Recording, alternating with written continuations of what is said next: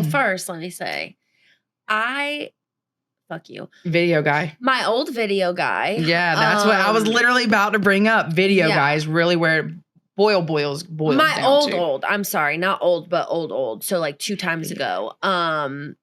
Two video guys ago. Fuck you. He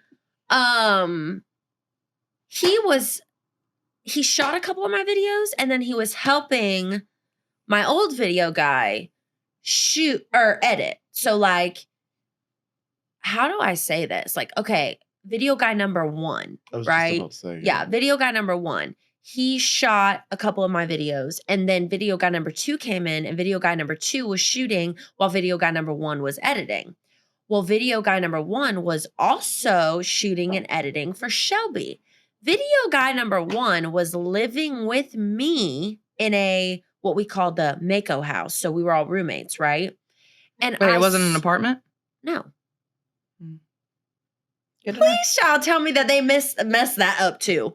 It was a house. Now, there was one time that same video guy Yes.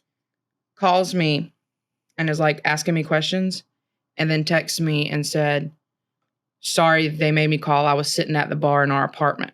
And then like whenever he came down one time, he was like, yeah, they got all of us living in this apartment and I get no privacy. And which basically how he milked everything, like he milked it in a way of he was listening to the songs that I needed him to do a video to.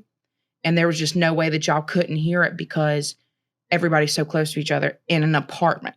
Well, he was also milking the alcohol down his throat. So I don't know. He had a whole half of a house. I don't know if that makes you feel any better. There was 2 bedrooms over there. I just goes to like the lies. I can take you directly to the house. The lies are so big. I've been to that house. He came to the house. I actually lived with George. George was my next roommate. Thank God.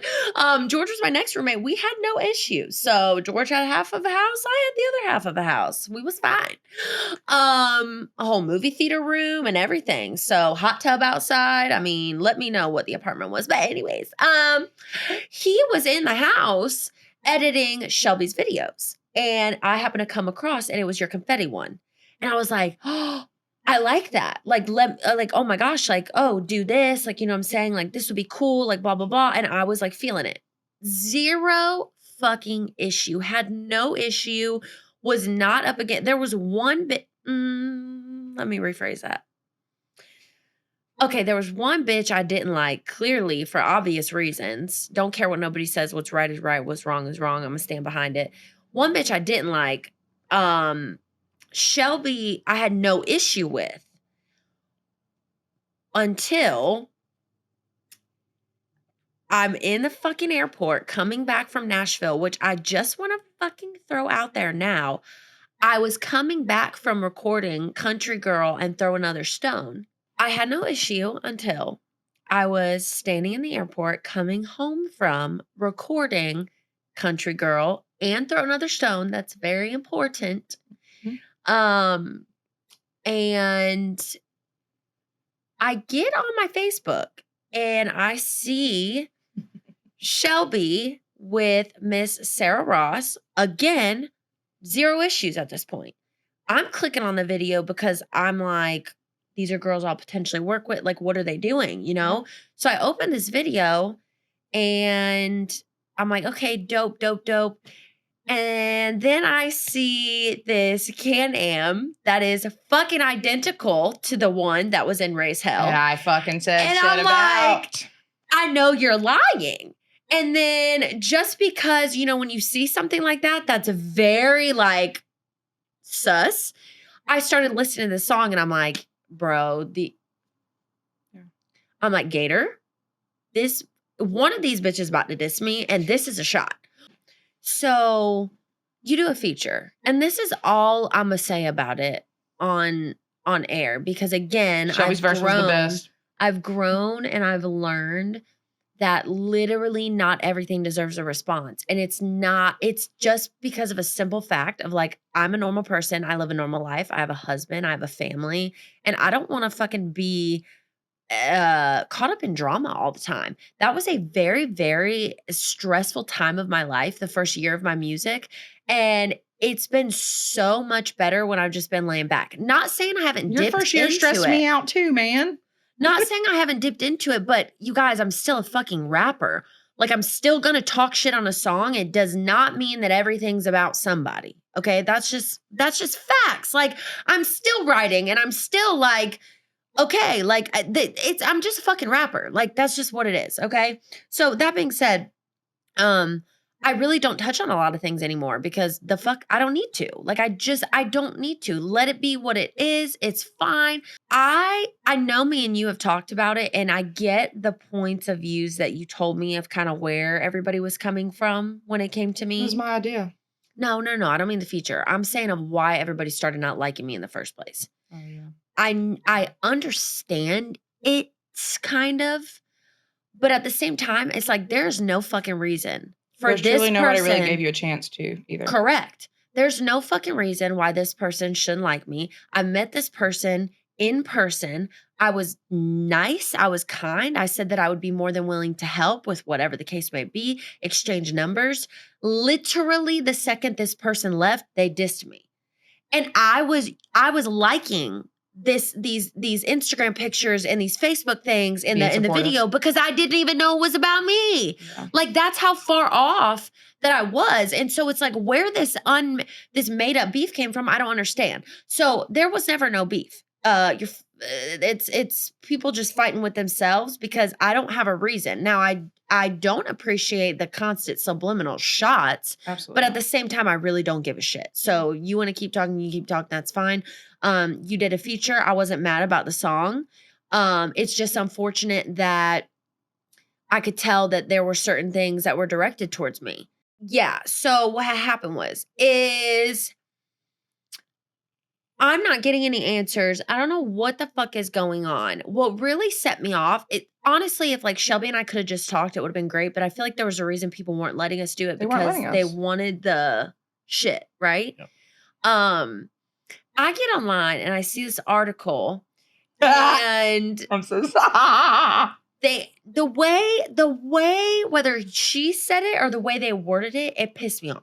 Because she was like, oh, it wasn't about anybody. If I was gonna diss somebody, I'd have said that bitch's name. I would That's what I say their said. name.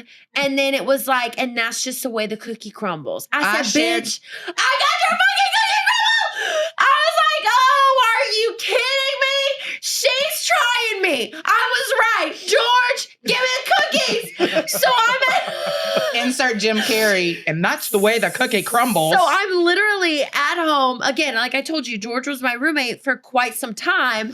And obviously we shouldn't have been left alone like for times like this. Yeah, George. Because obviously Gator would have told me, don't say anything, but I probably still wouldn't have listened to him because how do you allow me to be such a bulldog in the fight? And then you're going to be like, no, but sit down, dog. No.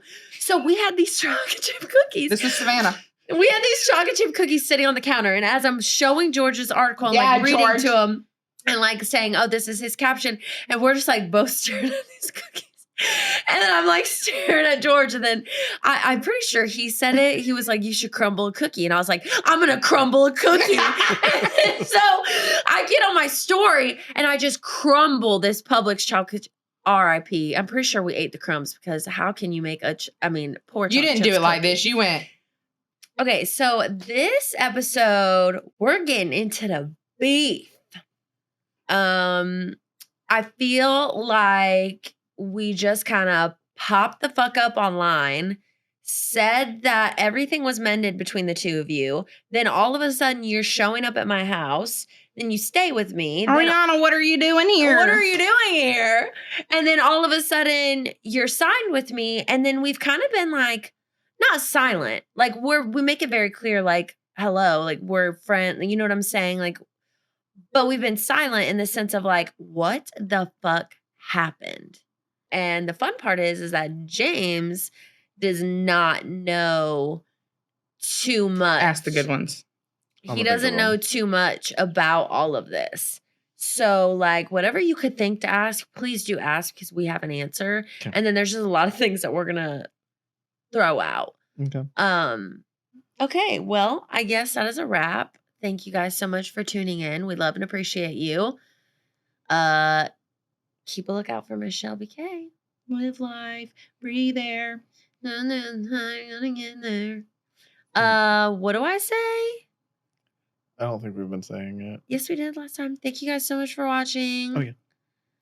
Don't forget to like, comment, and subscribe. I'm not on camera.